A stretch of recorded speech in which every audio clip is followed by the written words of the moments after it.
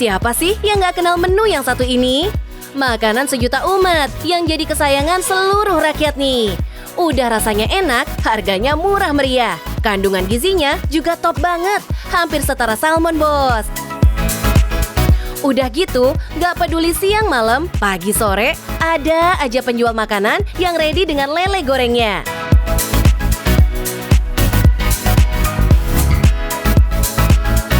Lihat aja tuh Pasukin lapor, Pak. Pada lahap banget menyantap pecel lele. Kebayangkan, permintaan lele di negeri kita ini gak ada matinya. Karena semuanya doyan banget ikan berkumis yang satu ini. Nah, kali ini tim Cuan mau kenalin bos-bos semua ke seorang peternak lele sukses asal Yogyakarta yang jualannya sampai ekspor ke luar negeri. Cuannya udah kebayangkan, bos, dolar dan rupiah ngalir bareng sama derasnya nih. Mantap. Halo bos, ini lagi panen lele banyak banget nih. Ini aku udah budidaya dari 23 tahun yang lalu. Lele ini udah masuk ekspor juga ke Arab Saudi sama ke Belanda. Kalau mau tahu tentang caranya bagaimana budidaya ini, tetap di Cuan, bos.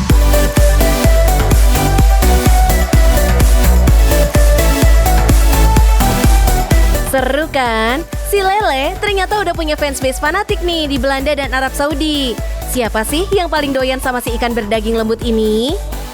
Untuk di Eropa itu penggemar ikan lele itu kebanyakan orang-orang emigran dari Afrika. Itu kebutuhan mereka sangat luar biasa. Jadi mereka tuh butuhnya sebenarnya 80 kontainer, pada satu kontainer itu kan hampir 200 ton. Kalau ke Belanda itu dibikin ini, Mbak, dibikin smoked catfish, lele asap.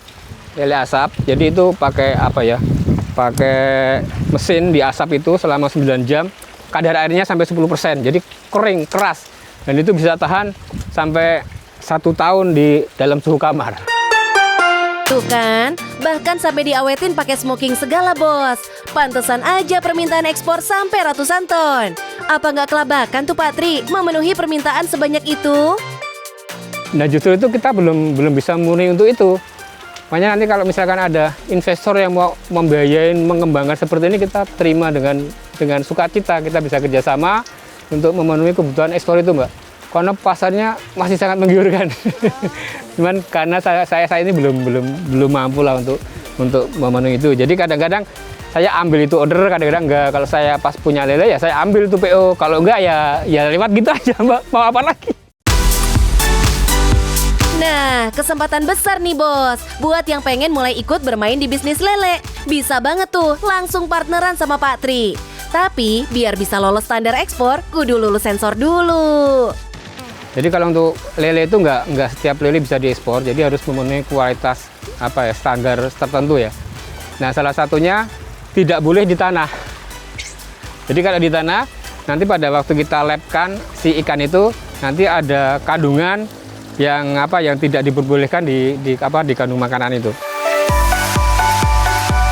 Nah, demi memenuhi syarat itu, Pak Tri pun bikin kolam lele dari terpal yang sekilas mirip bioflok. Bedanya cuma di sistem pembuangan kotoran ikan aja, bos. Tapi si ikan akan tumbuh sama-sama sehat dan bersihnya kok. Jadi harga jual di pasaran pun jadi lebih bagus dibanding lele kolam tanah. Pada datang ke sini yang pada mau ekspor itu, dilihat ada agent bayarnya juga sampai sini. Nah, mereka senang tertarik. Ya biasanya kan kalau lele itu kan maaf ya bau airnya gitu. Kalau di sini kok enggak, airnya bersih dan enggak bau, lah mereka suka. Tuh, penting banget kan jenis kolamnya, bos. Selain itu, pilih-pilih juga pakan yang pas buat si ikan. Buat diekspor pakannya harus pakai pelet. Nah, walaupun sekilas kelihatannya sama aja, ini tuh jenis lele Masamo asal Afrika, bos. Jenis ini tuh disukai karena ukurannya lebih jumbo, tumbuhnya cepet banget, terus tahan dari berbagai serangan penyakit. Tapi kudu hati-hati juga, karena lele jenis ini tuh agresif dan kanibal kalau lagi lapar banget. Makanya jadwal ngasih makannya kudu ditepati. Kerennya, kalau udah running begini, tiap hari bisa banget panen. Sampai 1 ton loh per hari. Pak Tri juga udah nggak pusing cari pembeli, karena langganannya aja udah pada antri. Kayak Bu Tri nih, seorang pengusaha kuliner pecel dan mangut lele. Lelenya lebih murah dari pasaran.